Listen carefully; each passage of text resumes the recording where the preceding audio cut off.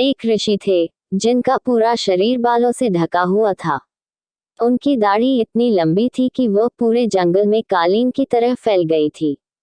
इसी वजह से उनका नाम रोम पड़ गया था और लोग उन्हें रोम ऋषि के नाम से जानते थे।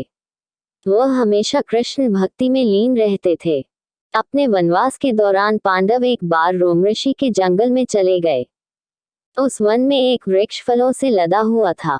इस वृक्ष के फल की एक विशेषता थी कि जो भी मनुष्य इस फल को एक बार चख लेता था, उस मनुष्य की वर्षों वर्षों की भूख प्यास मिट जाती थी।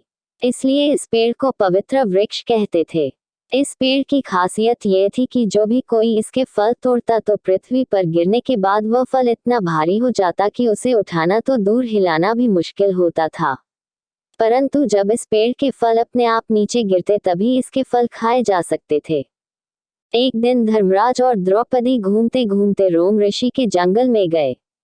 वहां द्रौपदी ने उस पेड़ को फलों से लदे हुए देखा। द्रौपदी को वृक्ष से लटके हुए फल को चखने की इच्छा हुई।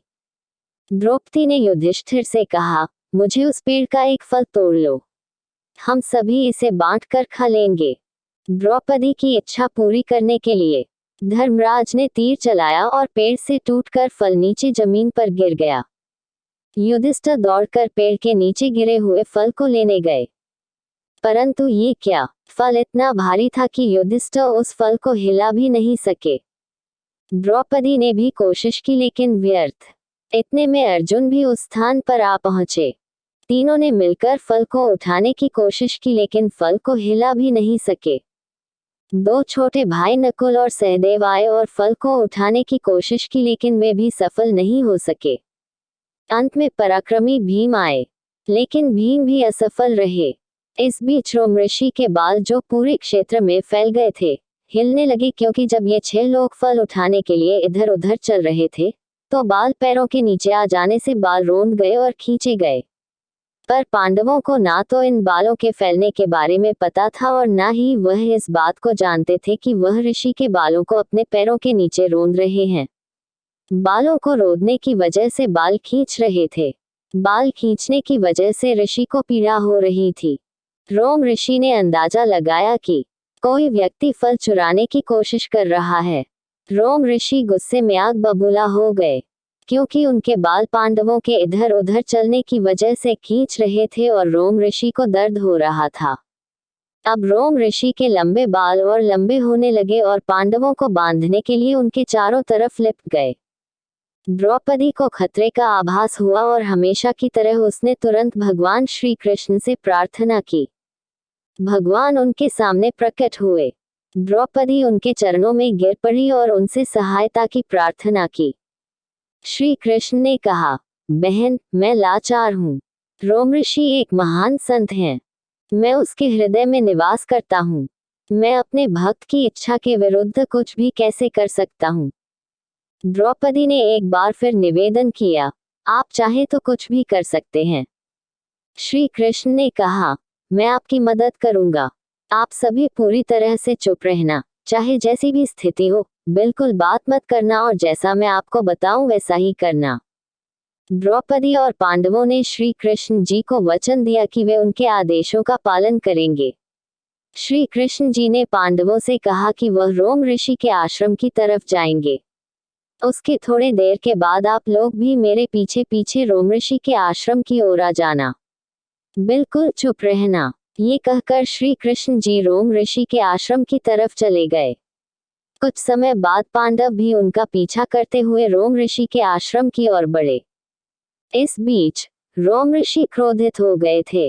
वह इन लोगों को शाप देने के लिए उस पेड़ की ओर चल दिए थे। तभी भगवान श्री कृष्ण ने आश्रम में प्रवेश किया। रोम ऋषि भगवान के चरण कमलों पर गिर पड़े। श्री कृष्ण को देखकर वे बहुत प्रसन्न हुए। उन्होंने कहा, मैं कितना भाग्यशाली हूँ कि आप मेरे अतिथि के रूप में मेरे आश्रम पधारे हैं।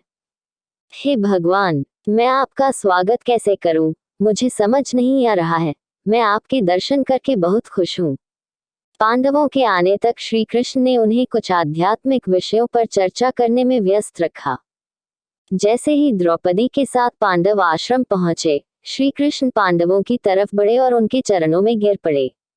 पांडवों को शर्मिंदगी महसूस हो रही थी, लेकिन भगवान के आदेश को याद करते हुए चुप रहे। भगवान श्री कृष्ण को पांडवों के चरणों में गिरते देख रोम ऋषि भी उन आगंतुकों के चरणों में गिर पड़े। तब श्री कृष्ण ने उन्हें आश्रम में आने को कहा और उन्हें रोम ऋषि से मिलवाया। उन्होंने सदाचारी धर्मराज, वीर भीम और अर्जुन और बुद्धिमान नकुल और सहदेव और सबसे बढ़कर भक्त द्रौपदी की प्रशंसा की। रोम ऋषि को कृष्ण ने बातों में इतना उलझा दिया कि उस समय तक फल और शिकारियों के बारे में ऋषि पूरी तरह से भूल गए थे।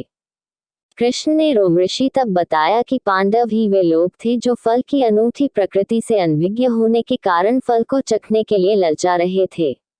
रोम ऋषि उन लोगों को प्रसन्न करना चाहते थे जो स्वयं भगवान को प्रसन्न कर सकते थे। इसलिए उन्होंने कहा कि यह सब लोग पेड़ से फल ले। रोम ऋषि की आज्ञा से पांडवों ने पेड़ से फल देने की प्रार्थना की। इस तरह से यह फल खाकर पांडव लंबे समय तक बिना भूख के रह पाए थे, क्योंकि इस फल को खाने से भूख ही नहीं लगती थी।